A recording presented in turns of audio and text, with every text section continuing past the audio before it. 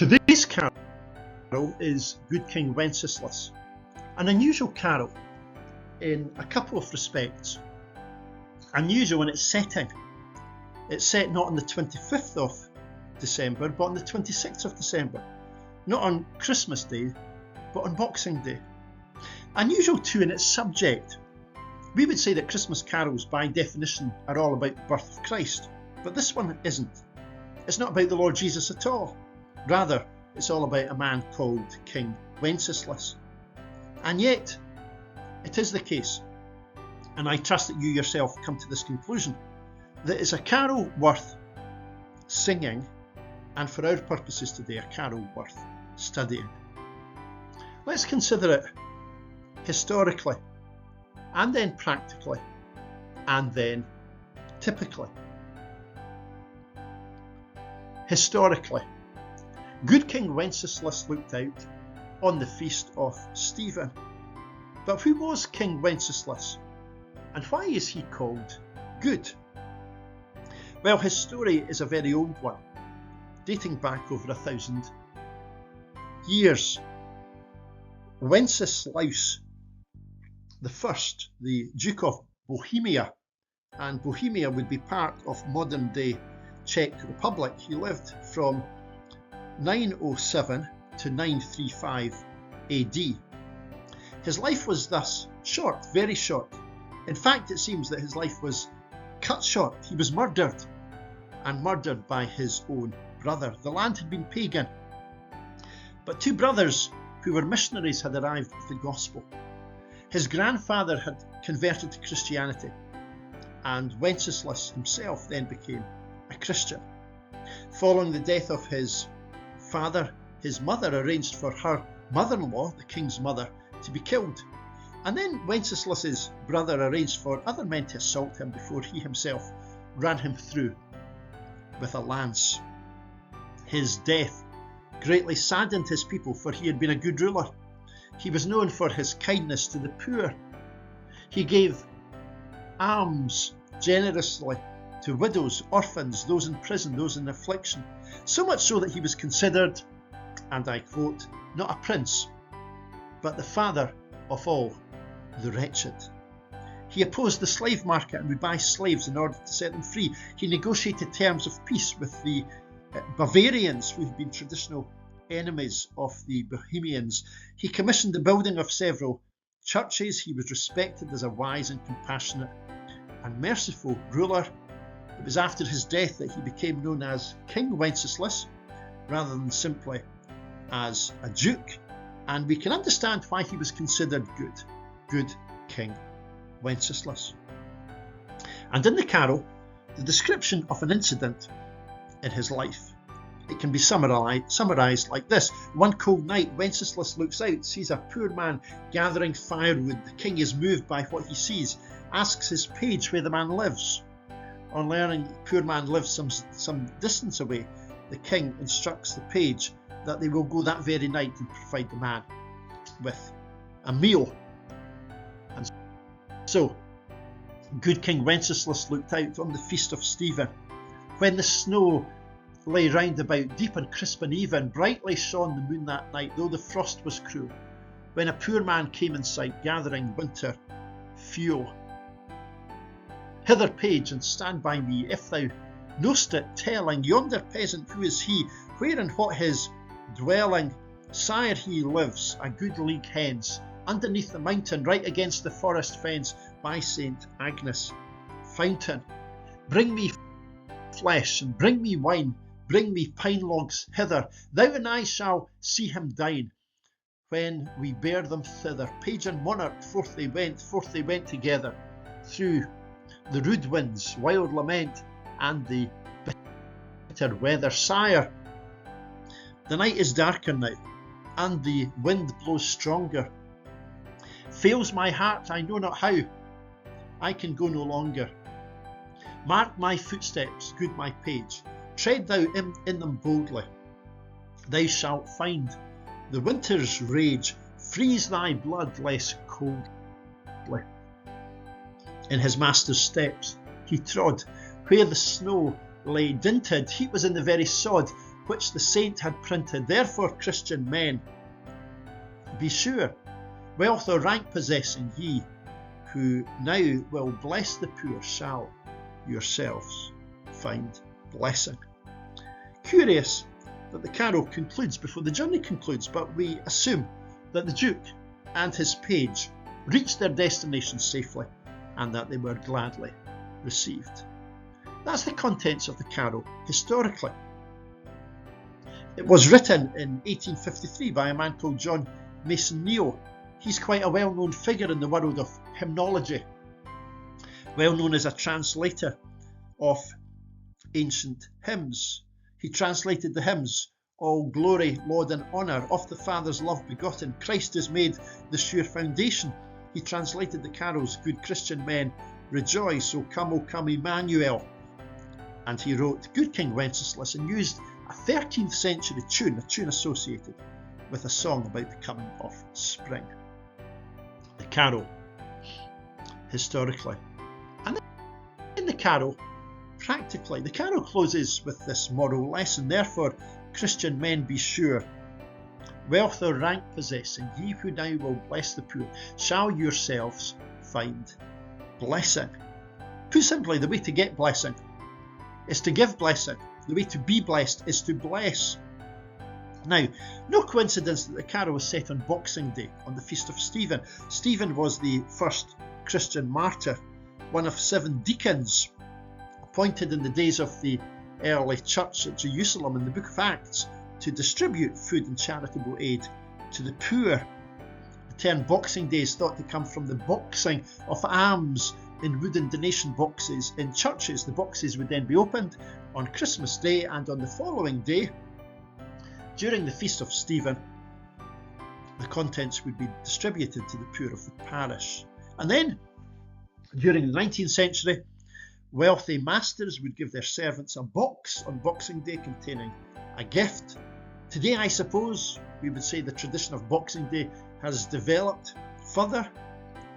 On Boxing Day, there are people who put their unwanted Christmas presents back in their boxes and return them to the shops for a refund. But let's come back to this valuable lesson. The way to be blessed is to bless. Here's a verse from the Old Testament, Proverbs 19 and 17. He that hath pity upon the poor lendeth unto the Lord, and that which he hath given will he lay him again. He who has pity on the poor lends to the Lord, and he will pay back what he has given. Here's a verse from the New Testament, the words of the Lord Jesus himself, Luke 6 and 38, give, and it shall be given unto you. In the upper room, just after the Lord Jesus had washed his disciples' feet and thus set before them a very powerful example of serving others, he said, if ye know these things, happy are ye, you are blessed if you do them. When we bless others, we ourselves are blessed. In Acts 20, Paul encourages Christians to remember the words of the Lord Jesus. It is more blessed to give than to receive. In the economics of heaven, when we give, we get a blessing. And that leads us to the carol considered typically. Wenceslas, though a sovereign, acted as a servant, and in so acting he's a lovely picture of his own master, the Lord Jesus. I am among you, Christ said, as one who serves. Now, I hope you don't think that in seeing in Wenceslas a picture of the Lord Jesus, I hope you don't think that that is far-fetched, for it appears that Neale himself so regarded Wenceslas. 4 years before he wrote the carol, in 1849, Neale had published a book called Deeds of Faith, Stories for Children from Church History, which recounted legends from Christian tradition. And one of the chapters tells the story of Saint Wenceslas. The king sees a poor man, and the moonshine was bright enough to show his misery and his rags. The king asks Otto, his servant, to make inquiries. Otto reports back The man is Rudolph, the swineherd. Fire he has none, nor food neither, gathering a few sticks where he might find them, lest, as he says, all his family perish. With cold it is a most bitter night, sire. The king then announces that he will go to the man's home. Otto tries to dissuade him. Let others go. It is a freezing wind, and a league it is at least to the place. The king insists that he himself will go. In the midst of that freezing night, the king of Bohemia went forth, desired to feel with the poor, that he might feel for them.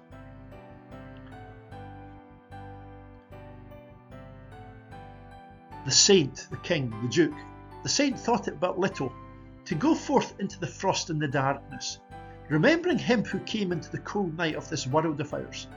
He disdained not a king to go to the beggar, for the King of Kings had visited slaves. He grudged not to carry the logs on his shoulder, for the Lord of all things had carried the cross for his sake. And then this conversation between the page and the duke. My liege, I cannot go on. The wind freezes my very blood. Pray you, let us return. Seems it so much? Asked the king. Was not his journey from heaven a wearier and a colder way than this? Otto answered, no. So a reminder of the weary and cold journey taken by Christ, the one who came to earth and lived amongst the poor. I've referred to Stephen, the first Christian martyr, the first of many Christian martyrs. And it would be the case that Wenceslas himself died for his faith, died young, and there's a comparison, another comparison between him and Christ. Wenceslas is described as a good king. The Lord Jesus was described as good master, and he called himself the good shepherd. But then in the book, this conversation continues just as the story, the chapter comes to an end. Follow me on still, said Wenceslas. Only tread in my footsteps and you will proceed more easily. The servant knew that his master spoke not at random. He carefully looked for the footsteps of the king. He set his own feet in the print of his Lord's feet. And so great was the virtue of this saint of the Most High, such was the fire of love that was kindled in him, that as he trod in those steps, Otto gained life and heat. He felt not the wind, he heeded not the frost. The footprints glowed as with a holy fire, and zealously he followed the king on his errand of mercy. And in the carol, as we've seen these lines, sire, the night is darker now, and the wind blows stronger. Fails my heart, I know not how, I can go no longer. Mark my footsteps, good my page, tread thou in them boldly. Thou shalt find the winter's rage, freeze thy blood less coldly. A reminder that when we as Christians find our own journey, the journey of life, difficult, we should seek to put our steps into the steps of the Lord Jesus. Henry Longfellow's poem, A Psalm of Life, includes these powerful lines.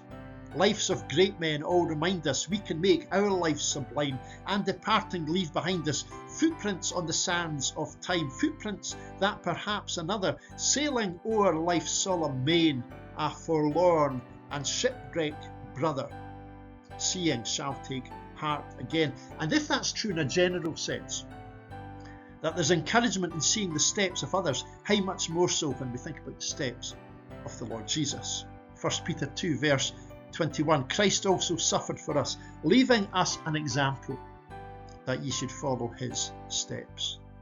And so, in the story, in the carol, the journey that the page took was made easier because the Duke went in front, and disciples of the Lord Jesus follow his steps.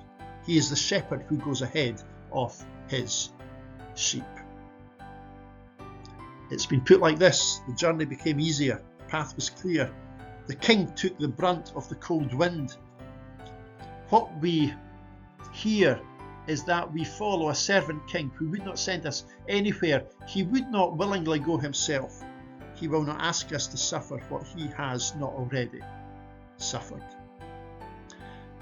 This carol has, been described by some as doggerel. Others have explicitly hoped for its demise, but I trust that this little consideration of the carol has revealed to you something of its wonderful message.